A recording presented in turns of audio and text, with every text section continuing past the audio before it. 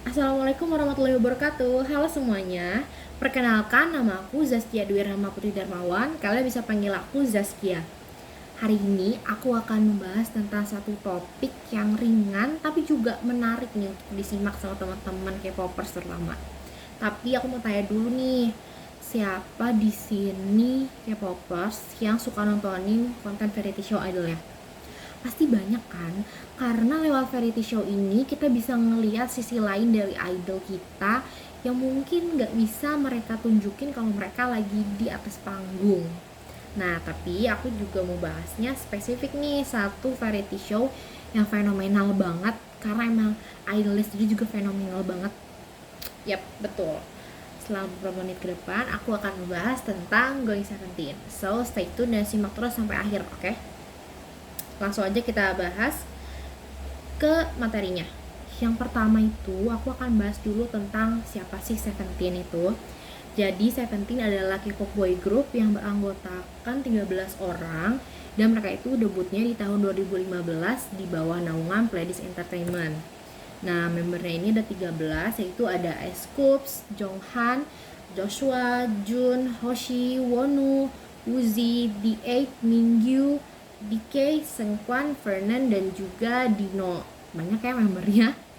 Nah, selain dalam satu kesatuan grup ini, mereka juga terbagi lagi nih ke dalam 3 unit, yaitu ada vocal unit, hip hop unit, dan juga performance unit.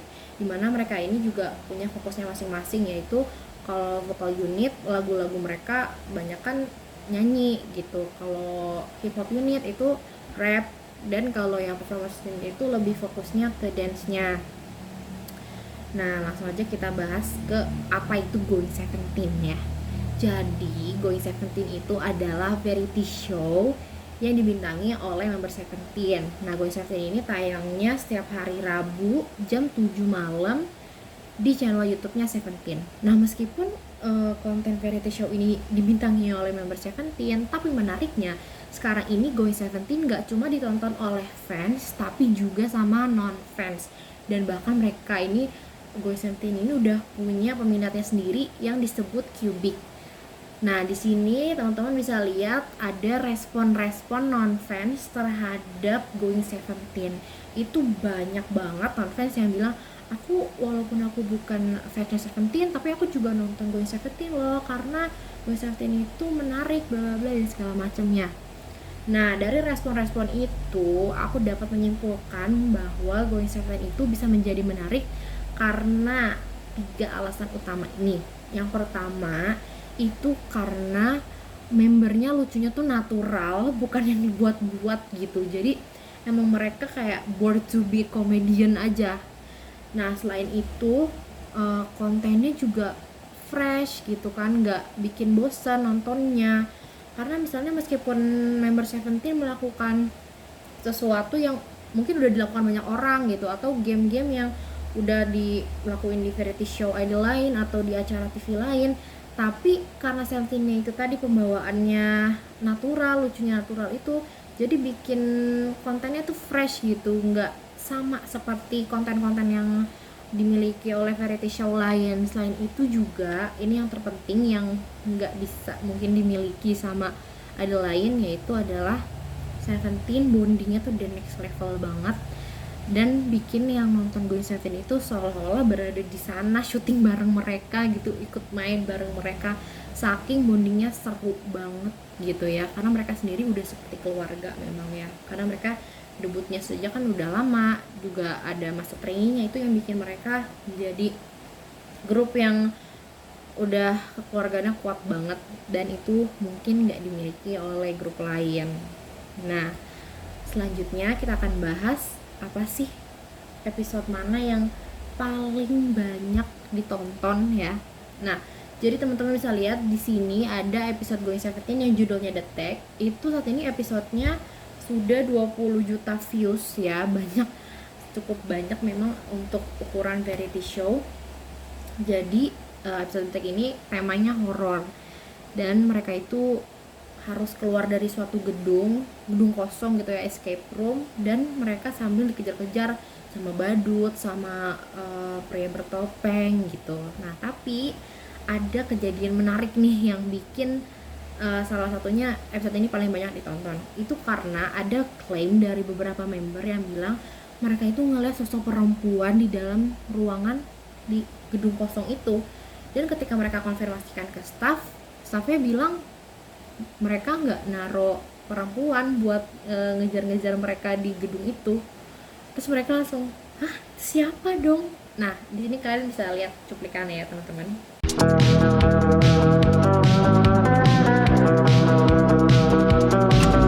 여기에 한 명 더 있어, 그런 거. 여기는 사람이 있다. 저건 누구야? 그 중간에 그 마네킹인가? 진짜 귀신 본 거 아니야? 아니, 어떤 여성분. 봤어? 어? 이 얼굴을 봤어? 아이 컨택 했대. 아, 이 마네킹 아니었어? 날 봤는데? Selanjutnya kita bahas tentang impact apa sih yang didapatkan oleh Seventeen dan juga penonton Going Seventeen-nya gitu. Pertama kita bahas dulu tentang impact untuk Seventeen-nya. Pastinya lewat Going Seventeen ini Seventeen jadi makin meningkat ya popularitasnya, karena lewat Going Seventeen itu mereka banyak menggait fans baru, dan fans-fans baru ini jadi dengerin lagunya mereka, juga bisa beli albumnya mereka, karena di tahun 2023 kemarin Seventeen berhasil meraih salah satu grand prize atau Daesang, itu Album of the Year di Mnet Asian Music Awards. Dan si Mnet Asian Music Awards ini adalah salah satu acara penghargaan yang bergengsi ya di Korea. Jadi emang itu adalah penghargaan yang besar buat Seventeen. Selain itu juga sejak tahun 2022 Seventeen itu sudah bekerja sama dengan Komnas Korea untuk UNESCO. Mereka menyelenggarakan kampanye yang berjudul Going Together, yang mana tujuan utama kampanye ini itu untuk menyuarakan pentingnya pendidikan gitu bagi generasi-generasi muda. Selain itu di 2024 kemarin bulan Juni, Seventeen juga sudah diangkat menjadi Duta Persahabatan Pemuda UNESCO. Keren banget ya. Emang luar biasa impact-nya Going Seventeen terhadap popularitasnya Seventeen ini. Mereka tuh sekarang udah jadi ikon anak muda banget gitu buat UNESCO. Nah, selanjutnya untuk fans atau untuk penontonnya Going Seventeen itu impact-nya, kalau yang non fans itu setelah mereka nonton Going Seventeen, change buat mereka join ke fandom itu sangat besar gitu. Dan setelah mereka join ke fandom ini, ke komunitas ini, dalam komunitas itu kan mereka nggak cuma buat seru-seruan K-popan aja gitu, karena mereka juga sering melakukan kegiatan sosial dan lingkungan. Salah satunya mereka pernah berdonasi ke Palestina. Nah teman-teman, itu tadi pembahasan tentang Going Seventeen, dari mulai pengertiannya gitu, perkenal tentang Going Seventeen, episode paling banyak ditonton, sampai impact-nya. Nah gimana teman-teman, udah tertarik belum buat nonton Going Seventeen dan ikut jadi carrot juga? Kalau misalnya teman-teman tertarik tapi bingung nih mau mulai dari mana, kalian bisa nonton salah satu episode Going Seventeen yang kayaknya nih jadi magnetnya orang-orang buat ngefans sama Seventeen, yaitu kalian bisa cari judulnya Don't Lie Series. Nah ini salah satu episodenya yang paling pecah banget, paling banyak dibicarakan orang-orang. Nah itu dia tadi pembahasan tentang Going Seventeen.